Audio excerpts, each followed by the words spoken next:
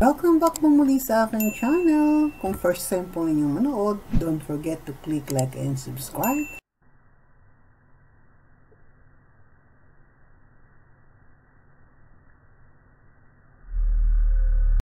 Sino nga ba ang hindi nalungkot at nagulat sa bumulagang balita sa ating lahat na nagmamahal sa national artist? Rest in peace, Ate Guy. At eto nga po, tayo'y maraming nagawang video sa ating mahal na national artist at meron tayong mga tribute. Ngunit eto po, muli at muli ay bigyan natin ng pagpapahalaga ang mga nagawa at ang kabaitan, ang kababaan ng kalooban, ang pagiging ekselente sa pagdating sa larangan ng pagiging isang tunay na artist ng isang superstar. Si Ate Guy, Miss Nora Honoro ang nag-isang superstar mula ng tawag ng tanghalan sa kanyang panahon, early 70s. The one and only superstar ay hinangaan halos ng 10% ng total population ng bansang Pilipinas. Noon nga pong June 10, Taong 2022, na sa national artist, which is the most prestigious citation. Ito nga po ang body of work ng nag-isang superstar, being the most awarded actress in history of the Philippine movie industry, at ganun din naman po siya ang kinilalang the best and the greatest actress of all times, not only in the Philippines but in 5 continents, dahil nga po sa husay at ekselenteng talino sa acting ng nag-iisang superstar na si Miss Nora Honor, national artist. At bilang isang nilalang naman, hindi matapos at maubos ang mga kwento ng kabaitan, kababaan ng kalooban, pagmamahal sa kanyang mga fans o supporters at lalo't higit sa kanyang pamilya. Kaya nga pinilit at sinikap na maiangat ang buhay noon ng mga mahal sa buhay. At ganun din naman ay napakarami ang hindi mabilang talagang mga nagawang kabutihan at ang kwento ng nag-iisang superstar ay hindi talaga matulukan at narating ng nag-iisang national artist na naging aktibo na parangalan bilang isang aktibong female actor sa Philippine industry ay siya ang nakatamo at nakalasap ng naturang pinakamataas na award. Napakarami po talagang kwento. Ngunit ang babalik-balikan na lamang natin ay ang kanyang mga interview at sa puso at isip natin ay ang pagtatak ng kanyang mga naiwang marka sa likod at harap ng kamera. At ngayon nga, heto siya ay nagpaalam sa ating lahat. Ngunit eto't mayroon tayong laging babalik-balikan sapagkat itinangi natin siya sa ating mga puso. Narito ang ilang interview kung saan isang masayang ate guy ang ating nakita at narinig.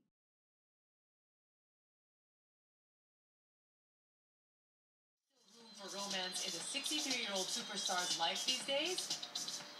So, sinong greatest love mo? Boyfriend. Boyet, ha? Kasi siya ang pinakasalan ko.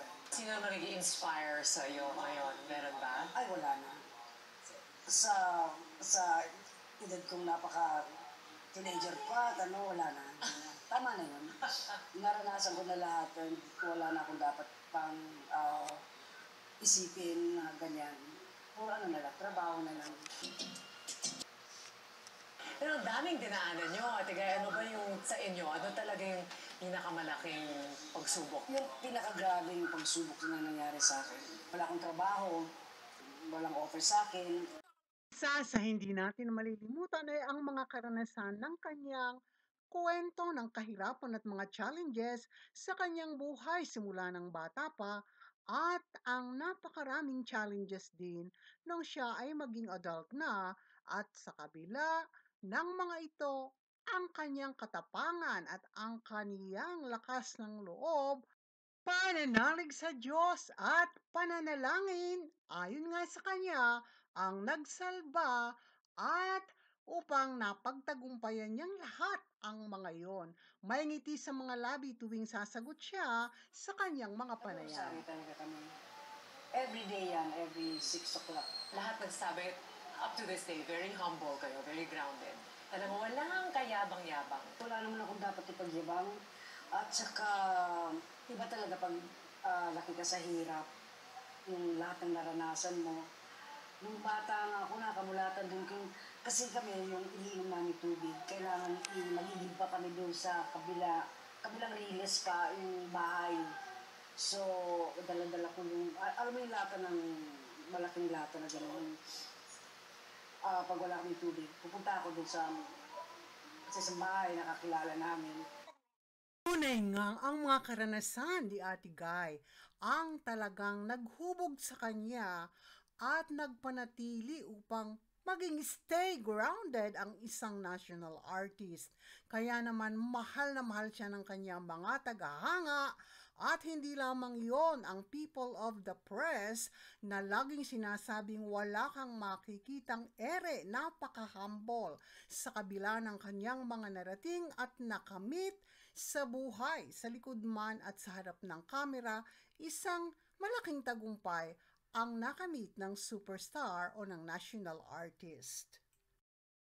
Ang dami nyo ang achievement sa inyo. Ano ang proudest achievement nyo? Tingnan natin. Basta sa akin, yung mga nagawa ko, malaking bagay na sa akin yun. Karangalan ko na yun. At yung pinagtanggol ko ng mga tao, kahit hindi ako nagsalita, hindi ako humik, wala akong sinabi, mga tao ang nagtanggol, isang malaking karangalan na sa akin yun. Favorite leading man? Boyet, Favorite actor? Lalaki. Wow! Favorite actress? Lolita Rodriguez, Favorite movie na ginawa nyo?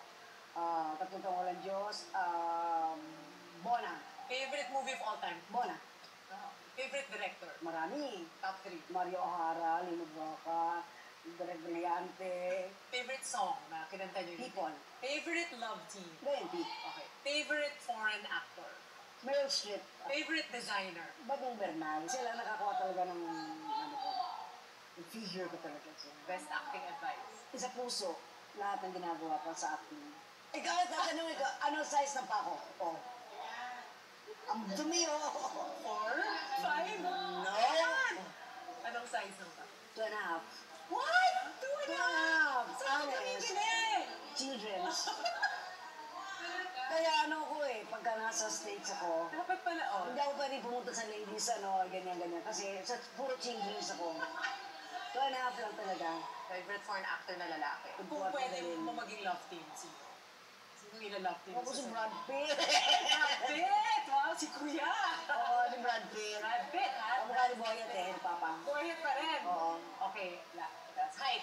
Sige, anong height niyo ba talaga? Ay, pag may nagtatanong sa akin ng tungkol sa height, naaway ko. Hindi, joke lang. Hindi Joke ba naman lang. yan? With heels, without heels? Mga 5 siguro. Oy, hindi. With Mataas na heels! yan. With heels. Mga 5.5. With heels. And then mga 4'11". Nora Honor is truly a cultural icon. Many consider her a national treasure, a living legend. Like the legions of Noranians, Brillante Mendoza always admired the superstar for her body of work.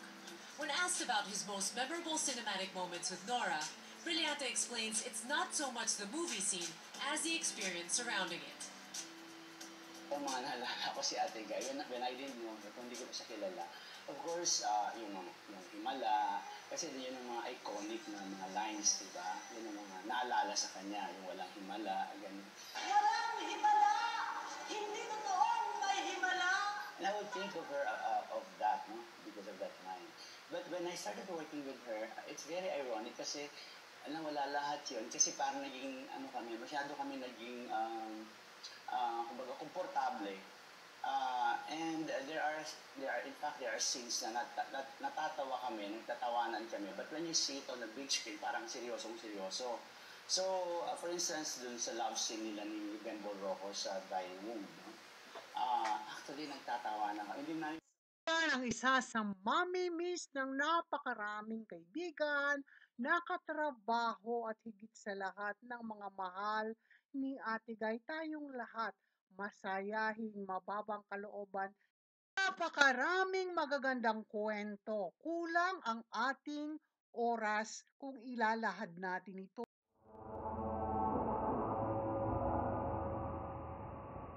Hello po. Good morning. Good afternoon. Good evening sa inyong lahat dyan, mga Noranians. Ayan po, binati ko na po kayo sa buong araw na to. Alam niyo po kasi maraming nag-request. Hindi naman po ako sanay talaga sa ganito. Ibig sabihin, alam kong gumawa nito kasi nakakapanood naman ako. Pero hindi ako sanay gumawa na. Ako mismo yung gumagawa ng aking sariling YouTube channel. Sa pamamagitan po nito, ako naman po ay natutuwa dahil naputol na po yung ating koneksyon sa mga fans. Pero nagkakaroon naman po ng mga, marami naman po nagtitext, marami nag-message, pero iba na rin po yung nakikita niyo po ako talaga ng kahit na sa video man lang. Kaya ito po ay alay ko para sa inyong lahat. YouTube channel, sarili ko po yun. Huwag niyo pong kalilimutan mag-subscribe, mag-share, mag-like. Yan o, lagyan nyo ng heart. Parang ako. Yan. Alam niyo kung gaano niyo ako kamahal at kung gaano niyo po ako talagang sinuportahan at minahal mula noong araw na nag-umpisa pa lamang ako ay ang aking kung pagmamahal sa inyo ay triple, hindi lamang triple, pero ang aking pagmamahal po ay walang katapusan. Wala po yan sa puso ko. Mahal na mahal ko po kayo at talagang siguro naman nakikilala nyo naman po ako kahit paano. Hindi po naman ako sa nagyayabang, pero gusto ko kong ipakita sa inyo ang aking pagmamahal sa pamamagitan po ng YouTube channel. Malalaman po ninyo kung ano yung mga nangyari sa akin ng araw, ikikwento ko po yun sa inyo, ipapakita ko sa inyo kung paano ko nag-umpisa, sa bawat ng tangalan, hanggang sa naging recording artist, hanggang sa naging artista, kung paano ko kinuha ng sa pictures, at magpahanggang ngayon po yung mga movies na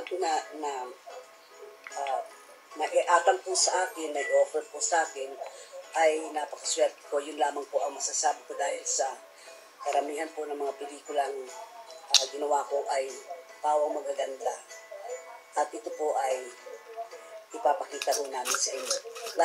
At iyan nga po ang kabutihan na nagkaroon ng sariling YouTube channel ang isang national artist at ang napakarami niyang pelikula kung saan siya ay maaari nating balik-balikan. Panoorin ang mga ito, ang kanyang mga video na naipost, ganun din naman, of course, ay ang mga pelikula ng ating minamahal na national artist na talagang hindi matatawaran ang husay, ang kaniyang ipinakitang artistic side. Excelente. Kaya nga po, naigawad sa kanya ang kataas-taasang minimithi ng lahat ng artista, ang National Artist Award.